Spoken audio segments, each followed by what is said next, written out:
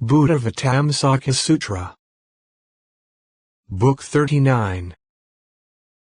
Entry into the Realm of Reality. Video 14. Vidvan.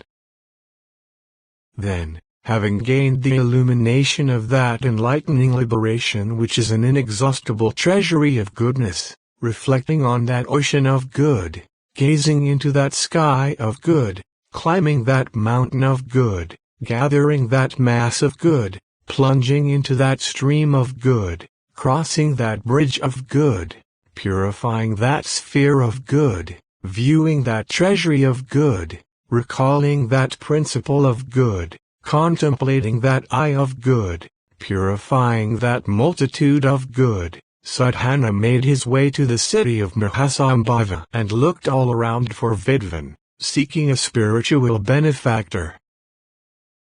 Looking for Vidvan, his whole being perfumed by the sight of spiritual benefactors, finding strength in spiritual benefactors, relying on spiritual benefactors, striving to follow spiritual benefactors, with tireless vigor in attending spiritual benefactors, all his roots of goodness due to spiritual benefactors, all his stores of virtue sustained by spiritual benefactors, his practice of skill and means developed by spiritual benefactors, all his roots of goodness growing by skill in attendance of spiritual benefactors without depending on others, his will for enlightenment becoming purified, his enlightening faculties developing, all his roots of goodness maturing, his accomplishments of great vows growing, his great compassion broadening, seeing himself near omniscience, receiving the light of teaching of all Buddhas by the practice of universally good enlightening beings, the manifestations of the 10 powers of Buddhas increasing, Sadhana saw Vidvan at a crossroads in the middle of the city, on a seat on a high pedestal made of innumerable jewels, set on legs of diamonds and emeralds, with a web of white cowries on golden strings, set in pure jewels, with 500 ornamental jewel figurines, arrayed with multicolored celestial cloth, with celestial banners and pennants flying above, covered with many nets of jewels, overspread with a great canopy of jewels, with garlands of gold and jewels hanging from it. A golden parasol with a handle of pure lapis lazuli was held over Vidvan, and he was being fanned by plumes made of pure white goose feathers, while various incenses perfumed the air around him. He was attended by 10,000 people of equally virtuous past conduct, finer in appearance than celestials or humans, perfect in the will of enlightening beings, adorned with ornaments superior to those of the gods, playing music sweeter than that of the heavens to please all the people in the city, and showering celestial flowers. Seeing Vidvan, Sadhana went up to him, paid his respects, and said, "Noble one, I have set out for supreme perfect enlightenment for the benefit of all beings, to extinguish the sufferings of all beings, to lead them to ultimate happiness, to rescue them from the ocean of the mundane world, to deliver them to the island of jewels of truth, to evaporate their cravings, to produce great compassion in them, to divert their craving for sensual pleasure and arouse in them craving for enlightened knowledge, to help them all cross over the wildness of the mundane world, to develop in them a taste for the way of Buddhahood, to lead them out of the city of mundane states and lead them to the city of omniscience. But I do not know how an enlightening being is to learn and carry out the practice of enlightening beings. Noble one, I hear that you give enlightening beings instruction, so I ask you to tell me how an enlightening being is to learn the practice of enlightening beings, and how enlightening beings in the course of learning become a refuge for all sentient beings." Vidvan replied, "It is good that you have aroused the aspiration for supreme perfect enlightenment. Rare are those who aspire to supreme perfect enlightenment, and rare are those who, having aspired to enlightenment, are tireless in seeking the practices of enlightening beings by meeting spiritual benefactors, who do not weary of going to spiritual benefactors, who are not pained by attendance on spiritual benefactors, who are not depressed by the difficulty of approaching spiritual benefactors, who do not give up seeking spiritual benefactors, who do not turn away from the sight of the countenance of spiritual benefactors, who do not get discouraged in the path taught by spiritual benefactors, who do not tire in the service of spiritual benefactors. Do you see my companions? I inspired them all to seek supreme perfect enlightenment. I caused them to be born in the family of Buddhas. I nourished them by providing them with the ways of transcendence. I got them to live in good ways. I developed them in the 10 powers of Buddhas. I lifted them out of worldliness. I established them in the ranks of the enlightened. I removed them from the circle of mundane states. I started them in the cycle of enlightening teaching. I saved them from falling into bad conditions. I led them to realization of equality of things, for thus do enlightening beings become saviors of all sentient beings. I have attained good works produced from the treasury of mind. To those who need food I give food. To those who need drink I give drink.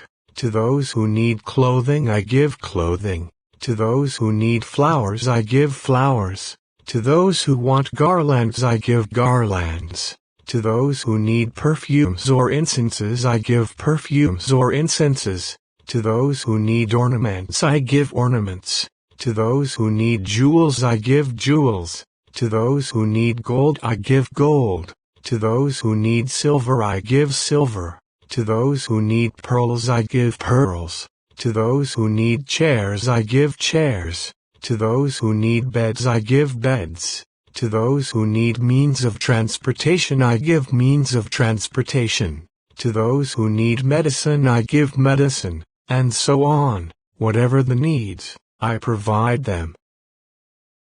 Come here, and in a moment you will see for yourself. As soon as Vidvan had spoken these words, innumerable beings gathered at his house, summoned by his past vows.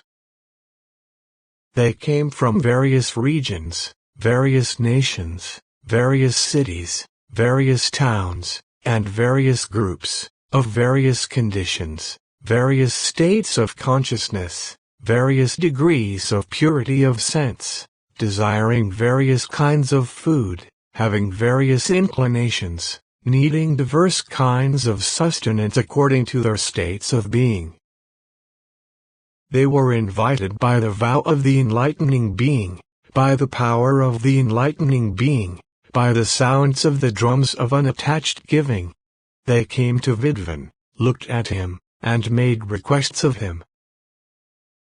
Seeing them gathered there begging, Vidvan thought for a moment, then looked at the sky.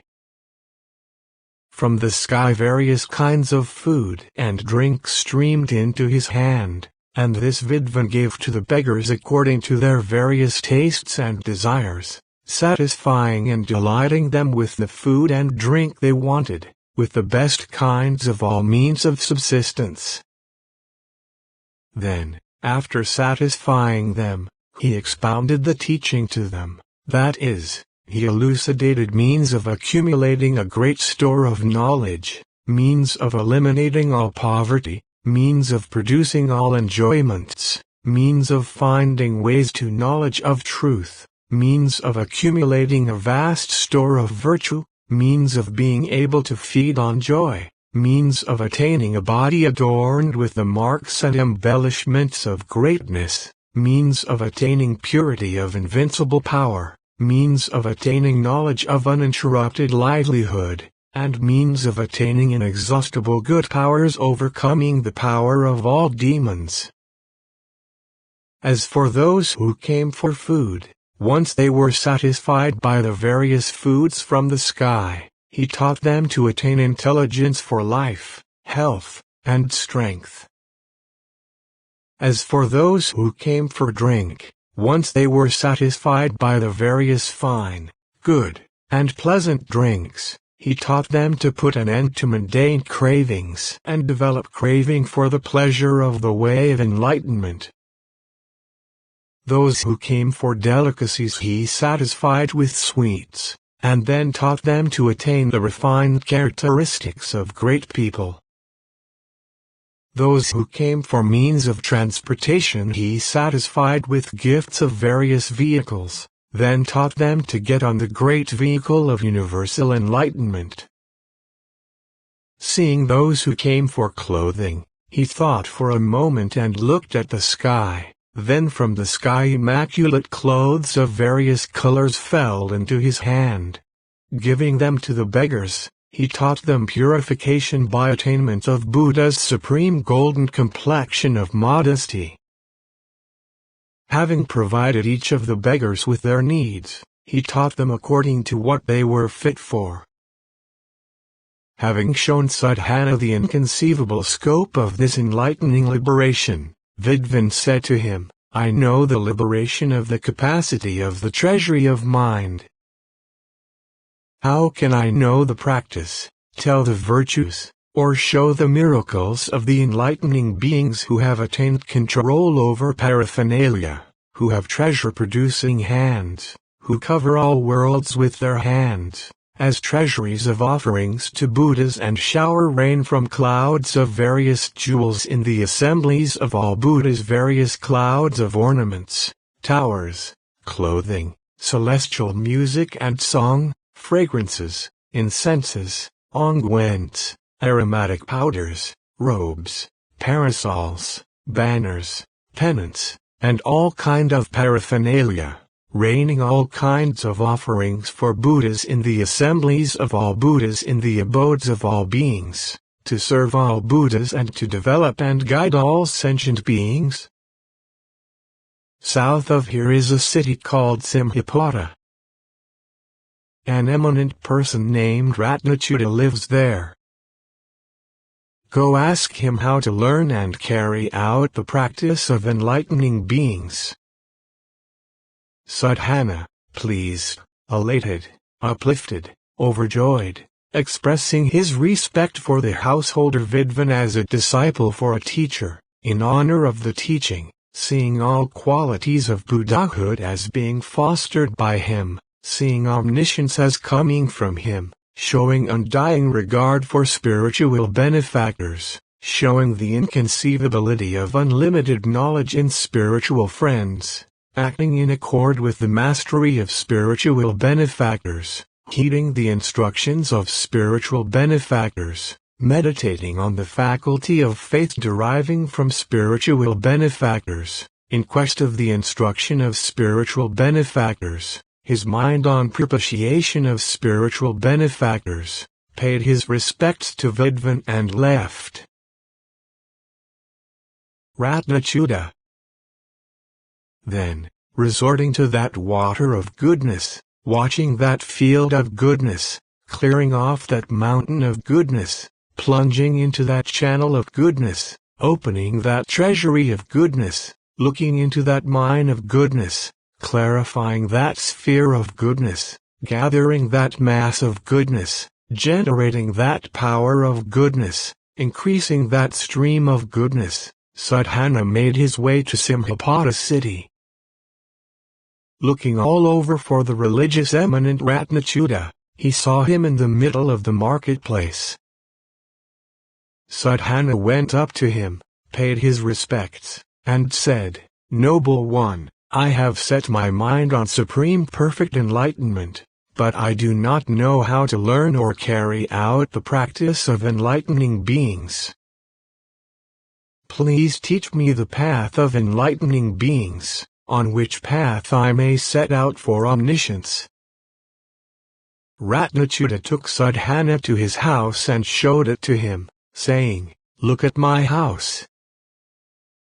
Looking it over, Sadhana saw that the house was radiant, made of gold, wide and high, surrounded by silver walls, adorned with crystal terraces, embellished with hundreds of thousands of lapis lazuli turrets, on coral pillars. There was a lion seat arrayed with red pearls, flying lion banners made of starry jewels, covered with a canopy of radiant jewels, draped with a net of wish-fulfilling jewels, arrayed with countless gemstones. There was a lotus pond, with cool water, made of emeralds. Surrounded by trees of all kinds of jewels, the house was large, 10 stories high, with 8 doors. Entering the house, Sadhana looked around. On the first floor he saw supplies of food and drink being given away. On the second floor he saw all kinds of clothing being given away. On the third floor he saw all kinds of jewelry being given away. On the fourth floor he saw royal concubines, the most talented women on earth, being given away. On the fifth floor he saw a gathering of enlightening beings of the fifth stage, celebrating the teaching in song, thinking and acting for the welfare and happiness of the world, practicing all sciences, putting into effect the method of mystic spells, the ocean of concentration, emergence from concentration, contemplation in concentration, and the light of knowledge.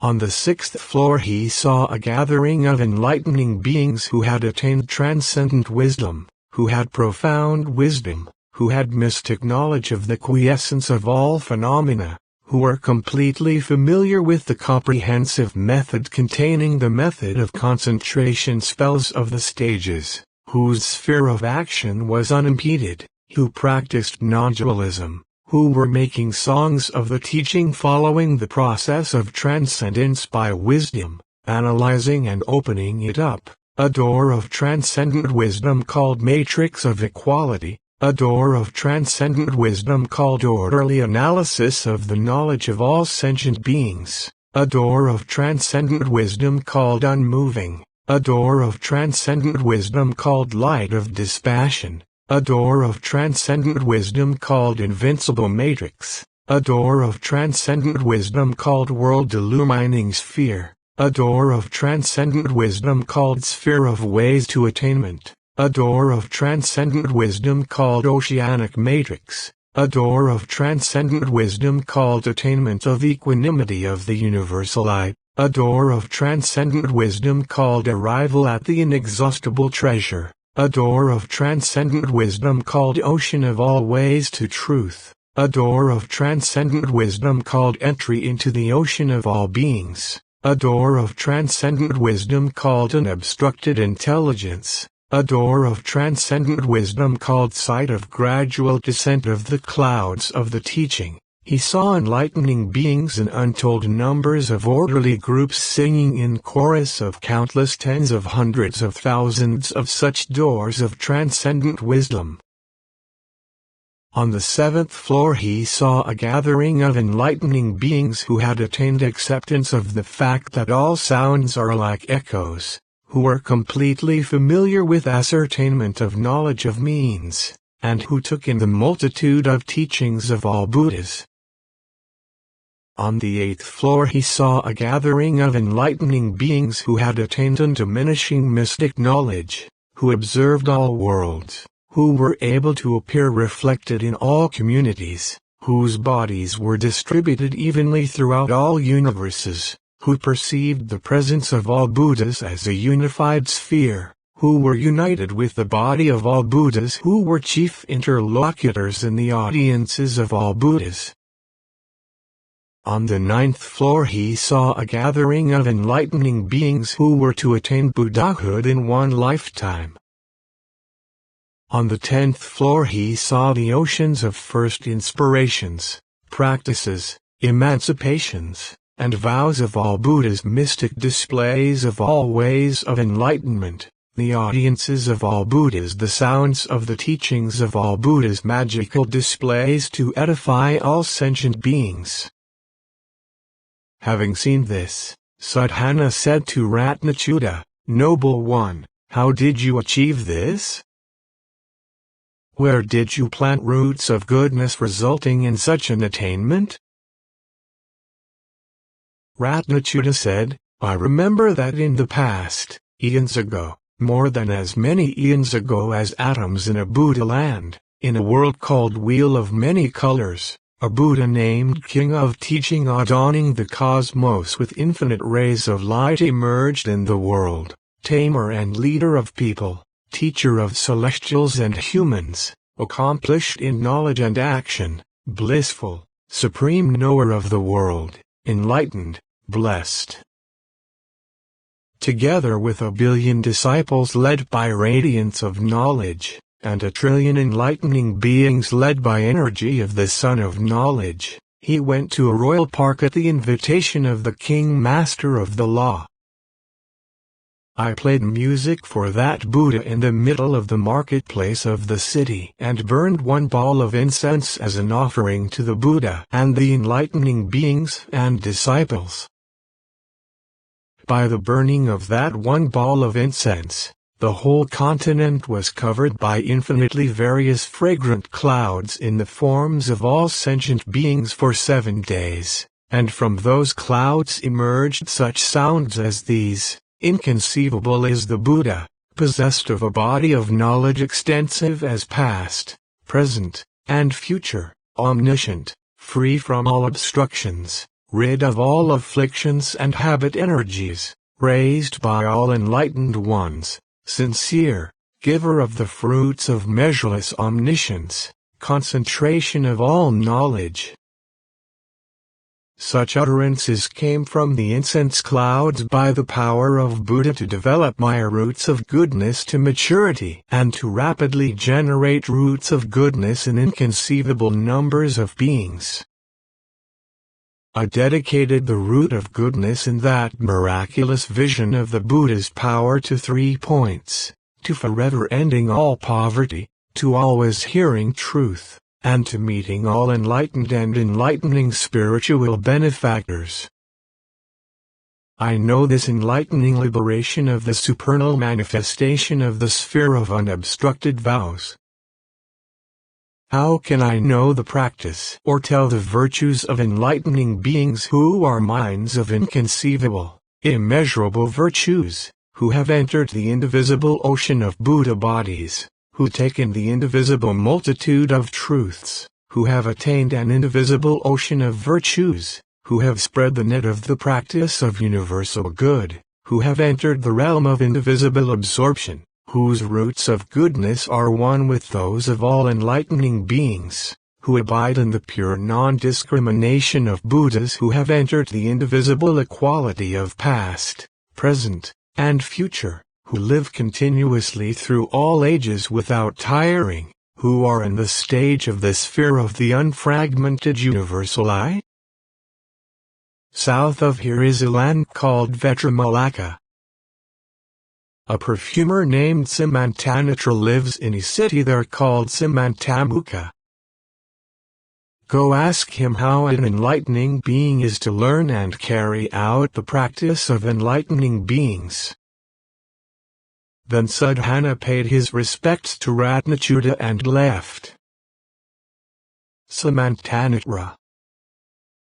Immersed in the endless vision of Buddhas in communication with the endless congregation of enlightening beings, illumined by the endless means of the way of enlightening beings, his mind broadened and made sure by the endless principles of enlightening beings, pure in the endless path of devotion of enlightening beings, imbued with the infinite light of the faculties of enlightening beings, secure in the infinite willpower of enlightening beings, consciously following the infinite practice of enlightening beings, generating the infinite power of vows of enlightening beings, characterized by the infinite invincibility of enlightening beings, abiding in the infinite light of knowledge of enlightening beings, Aware of the infinite law of enlightening beings, Sadhana made his way to the land called Vetramalaka, where he looked for the city Samantamukha,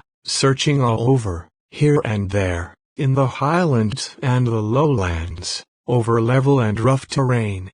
With tireless determination, unceasing, single-minded, with unflagging vigor and an inexhaustible mind, never forgetting the instructions of spiritual benefactors, wishing always to speak with spiritual benefactors, his senses fully aware, rid of all heedlessness, his eyes and ears open, he searched all over for the city of Samantamukha, and finally saw it, in the middle of the country of Vetramalaka, surrounded by 10,000 towns, with strong, high walls, adorned in 48 ways. He saw the perfumer Samantanatra in a perfumer's shop in the city. Seeing Samantanatra, Sadhana went up to him, paid his respects, and said, "I have set my mind on supreme perfect enlightenment, but I do not know how an enlightening being is to learn and carry out the practice of enlightening beings." Samantanatra said, "It is good that you aspire to supreme perfect enlightenment. I know the maladies of all sentient beings and how to cure those maladies. All who come to me from the 10 directions, I cure of their maladies. Once they are cured, bathed, and anointed, I satisfy them with suitable ornaments, clothes, and food, and furnish them with immeasurable wealth. After that I teach them, presenting impurity to rid them of lust, praising great love to rid them of hatred, showing them analysis of elements to rid them of delusion. I teach them to get rid of the afflictions of action equally combining lust, hatred, and delusion by illuminating the ways to higher knowledge. I clarify the means of producing the determination for enlightenment by talking about the virtuous qualities of all Buddhas. I elucidate the means of producing great compassion by showing the immeasurable miseries of the mundane world.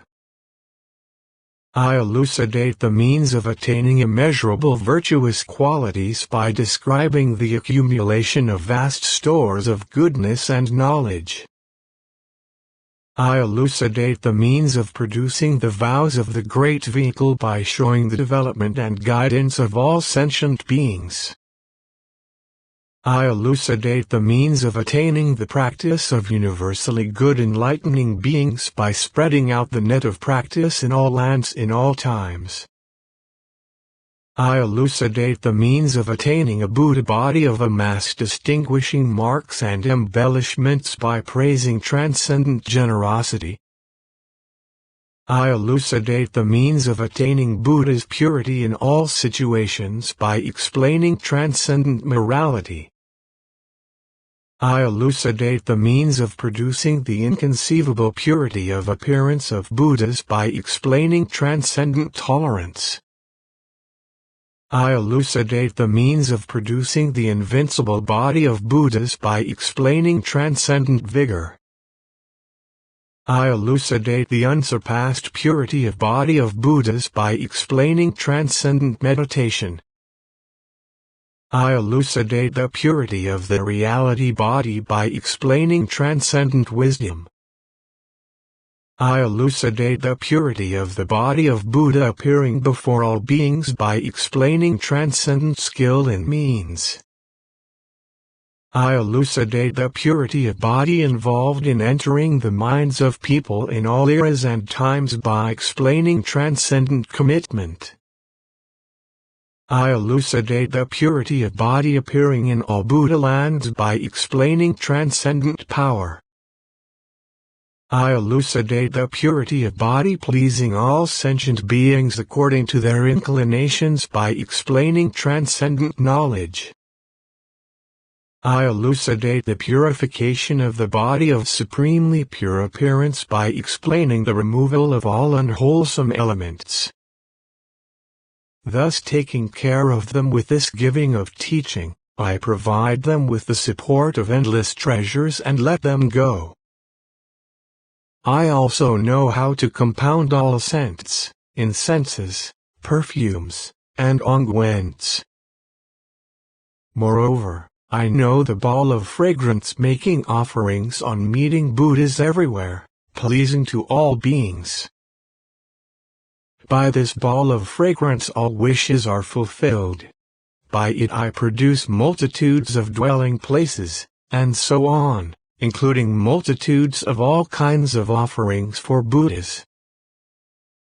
Whenever I want to make offerings to Buddhas, I produce clouds of towers of fragrance and cause them to appear in all universes, in the assemblies of all Buddhas. I adorn all universes with purification of Buddha lands, palaces of fragrance, walls of fragrance, turrets of fragrance, arches of fragrance, windows of fragrance, penthouses of fragrance, crescents of fragrance, parasols of fragrance, banners and pennants of fragrance, canopies of fragrance, webs of fragrance, lights of fragrance, immaculate adornments of fragrance, and rain showering from clouds of all fragrances. I know this medium of the teaching, the ball of fragrance making offerings on meeting Buddhas everywhere, pleasing all sentient beings. How can I know the practice or tell the virtues of the enlightening beings who are like great medicines, whom it is beneficial to see, to hear, to associate with, to remember, to follow, and to recall their names, with the sight of whom all sentient beings are relieved of afflictions, with the sight of whom sentient beings leave all evil ways, with the sight of whom sentient beings find a way to Buddhahood, with the sight of whom the sufferings of sentient beings are relieved, with the sight of whom sentient beings are freed from fear of all mundane states, with the sight of whom sentient beings become fearless because of being near the abode of omniscience, with the sight of whom sentient beings no longer fall into the abyss of old age and death, with the sight of whom sentient beings attain the bliss of tranquility through cosmic equanimity. South of here is a city called Tiladvaja, where there lives a king named Anala. Go ask him how to learn and carry out the practice of enlightening beings. So then Sudhana paid his respects to the eminent perfumer Samantanatra and left. Continue to video 15.